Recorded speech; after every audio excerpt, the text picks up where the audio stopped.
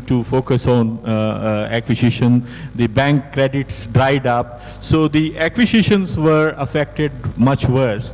But the greenfield investments remained relatively more resilient. And so they declined, but not so much, as you can see from the green line on top of this left-hand side graph. And then this is what I was saying earlier, that the share of developing and transition economies has reached 50% because the FDI inflows to them have not been that badly affected, and their share in in the outflows also, which is an interesting phenomena of recent years, that they are now contributing an increasing proportion of the global FDI outflows, and now their share is about 25% or quarter of the global outflows. Now, among the top 10 host economies or recipients of foreign direct investment, you find some Asian economies like China, Hong Kong, China, India, among the top 10 hosts or recipients of foreign direct investment. Also among the sources of global FDI, you find some Asian economies like Japan and China, also Hong Kong, China, in this region to be among the top 10 sources of foreign direct investment. Now this is where the projections are made. So UNCTAD expects that in 2010, the global FDI inflows will recover slightly from $1.1 trillion to $1.2 trillion. And the peak of 2007, which was about $2 trillion, will be reached only by 2012.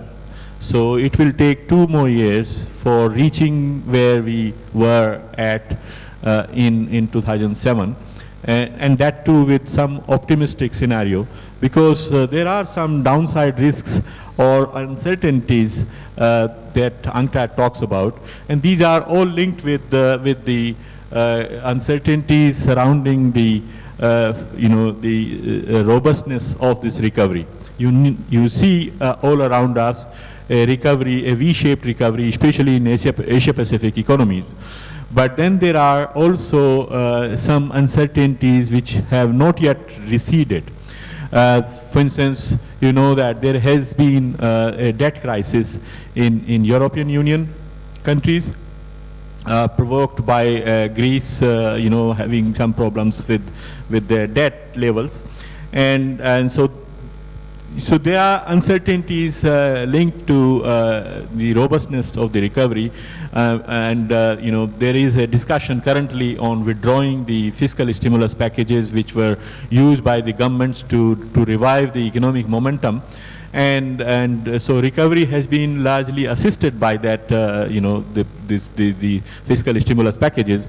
And if there is a premature withdrawal of these fiscal stimulus packages, that might affect the growth process or recovery process which is underway. So there are those concerns, and because of that, it is very hard to predict what would be the exact amount of foreign direct investment flows in this year. But the business as usual scenario as we are going right now, on that basis 1.2 trillion is predicted, and of course subject to some downside risks and uncertainties. Now coming to some trends with respect to the policies, what has been happening with respect to policies is, very interestingly, that for past 10-15 years, the trend was clearly in the direction of liberalization, more and more liberalization. But in the context of the global financial crisis, there has been some rethinking. There is a very clear trend which emerges from this report. There has been some rethinking about the prudential regulations and the importance or relevance of those, because financial sector, for instance, in the some of the most developed economies of this world has disappointed people in the sense that the self-regulation on which a lot of hope was pinned down, that has not worked. And so some of the biggest of financial services companies, investment banks, have collapsed, as you know, which led to this global financial crisis in the first place. The Lehman Brothers and Goldman Sachs and all associated, investment banks. And so that has focused attention on the importance of prudential regulations. And so in the last year, among the policy changes, that UNCTAD noticed or observed across the world, 70% were still in the direction of liberalization, but interestingly, 30% of them were in the direction of more regulation. So this is something of a change from the past. And in future, governments will be more sort of balanced in their attitude towards, investment rules and regulations. So they would pay attention, of course, to liberalization to create more favorable framework for investment, but will also be concerned about some regulatory, needs or concerns. And this is something which is I think, coming out of this year's report. I thought this was a very interesting observation. This I will skip. So, coming to the focus of this report, this year's report, which is on investing in low carbon economy. It begins with a discussion, very interesting discussion about how the link between emissions and foreign direct investment is. To begin with, you know that in the past, foreign direct investment or multinational companies have sometimes been, shifting polluting industries from the policy environments where there were very strict or stringent environmental norms to countries where the environmental standards or norms were rather relaxed. So you have seen in the past some of the polluting industries going to so-called pollution heavens. And so that way they were part of the problem. So they have, created or contributed to some of these emissions or rising emissions in the recipient countries. But now they can also be, foreign direct investment and multinational companies could also be used to solve this problem because they have access to technology which can assist in cleaning up and for development of green industries which are less polluting. So, that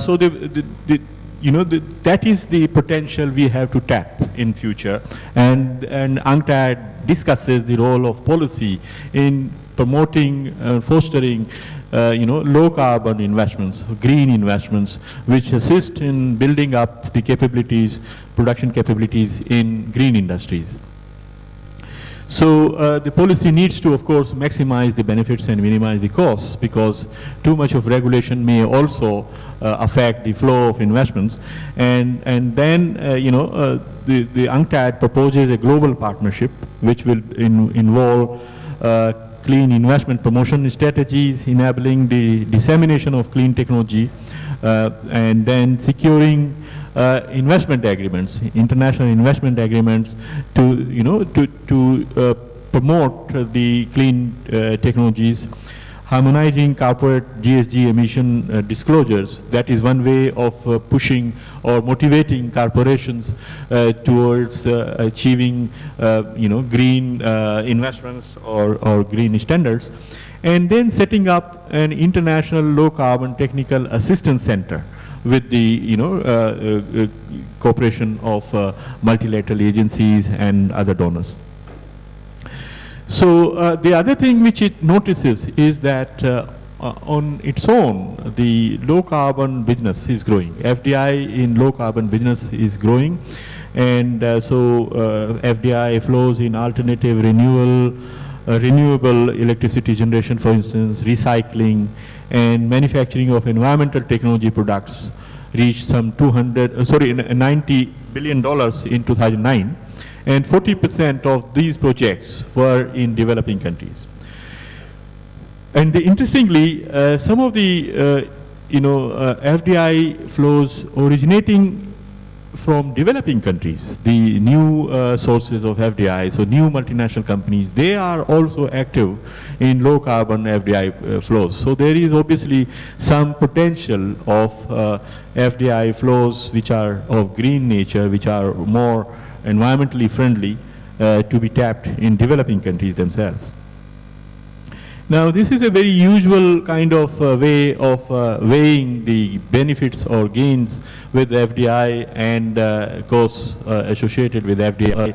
And if there were promotion of low carbon FDI, the obvious benefits would be that it would strengthen the productive capacity and export competitiveness of receiving countries in these products, the green products.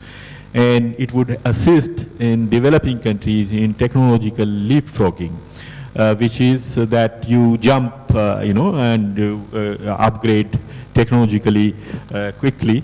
So you reach the higher frontier rather than going through the normal process of first setting up polluting industries and then cleaning up later.